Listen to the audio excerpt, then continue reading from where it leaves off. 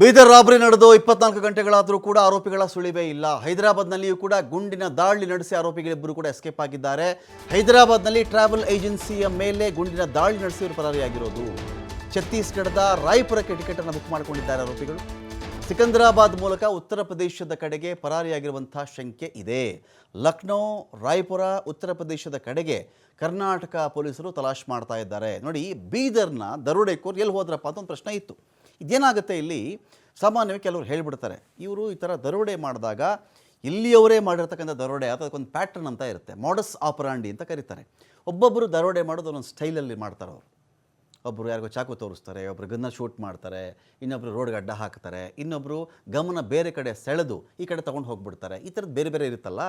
ಈ ದರೋಡೆ ನೋಡಿದಾಗ ಇವ್ರು ಯಾರು ಕರ್ನಾಟಕದವ್ರ ಥರ ಇಲ್ಲ ಅಥವಾ ಸ್ಥಳೀಯ ಅಪರಾಧಿಗಳ ರೀತಿಯಲ್ಲಿ ಇವ್ರು ಕಾಣಿಸ್ತಾ ಇಲ್ಲ ಅಂತ ಪೊಲೀಸ್ ಥರ ಬೇಸಿಕ್ ನಾಲೆಡ್ಜ್ ಹೇಳ್ತಾ ಇತ್ತು.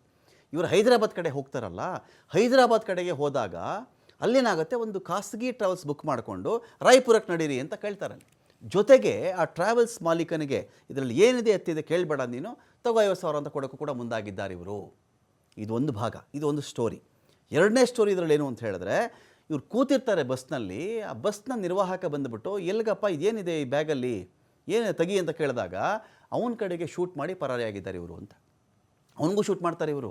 ನನಗೆ ಗೊತ್ತಿಲ್ಲ ಅದೆಷ್ಟು ರೌಂಡ್ಸ್ ಬುಲೆಟ್ ಇಟ್ಕೊಂಡಿದ್ರು ಇವರು ಅಂತೇಳಿ. ಕಾರಣ ನಿನ್ನೆ ಫೈರ್ ಮಾಡಿರೋದೇ 5 ರೌಂಡ್. ಇವರು 5 ಸುತ್ತು ಗುಂಡು ಹಾರಿಸಿ ಒಬ್ಬನನ್ನು ಕೊಂದಿದ್ದಾರೆ, ಇನ್ನೊಬ್ಬ ಜೀವನ್ಮರಣ ಹೋರಾಡ್ತಾರೆ, ಇನ್ನೊಬ್ಬ ನಡೀತಾ ಇದೆ ಅದು ಕಥೆ.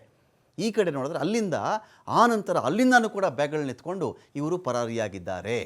ಒಂದು ಕಡೆ ಛತ್ತೀಸ್ಗಢದ ರಾಯ್ಪುರಕ್ಕೆ ಹೋಗಿರಬಹುದು ಅಥವಾ ಉತ್ತರ ಪ್ರದೇಶದ ಕಡೆಗೂ ಕೂಡ ಇವರು ಹೋಗಿರಬಹುದು ಅಂತ ಒಂದು ಅನುಮಾನ ಇದೆ. ಈ ಅನುಮಾನದ ಮೇಲೆ ಕರ್ನಾಟಕ ಪೊಲೀಸರು ಹುಡುಕ್ತಾ ಇದ್ದಾರೆ. ಇನ್ನೊಂದು ಇಂಟ್ರೆಸ್ಟಿಂಗ್ ಏನು ಅಂತ ಹೇಳಿದ್ರೆ, ಅದೇ ಬಸ್ನಲ್ಲಿ ಬೀದರ್ ಪೊಲೀಸರು ಕೂಡ ಇದ್ದರು.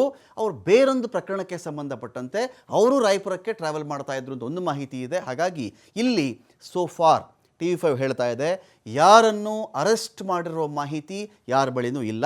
ಅರೆಸ್ಟ್ ಮಾಡಿಲ್ಲ ಅಂತ ಹೇಳ್ತಾ ಇದ್ದಾರೆ. ಅರೆಸ್ಟ್ ಆಗಿದ್ದಿದ್ರೆ ಇಷ್ಟೊತ್ತಿಗೆ ಕರ್ಕೊಂಡು ಬಂದಿರೋರು. ನೋಡಿಲಿ, ಈಗ ಸೈಫ್ ಅಲಿ ಖಾನ್ ಮನೇಲಿ ಆಯ್ತಪ್ಪ, ಆದ ತಕ್ಷಣ ಒಂದು 30 ಗಂಟೆಗಳ ಒಳಪಟ್ಟು ಆಲ್ರೆಡಿ ಒಂದು ಹಿಡ್ಕೊಂಡು ಬಂದಿದ್ದಾರೆ.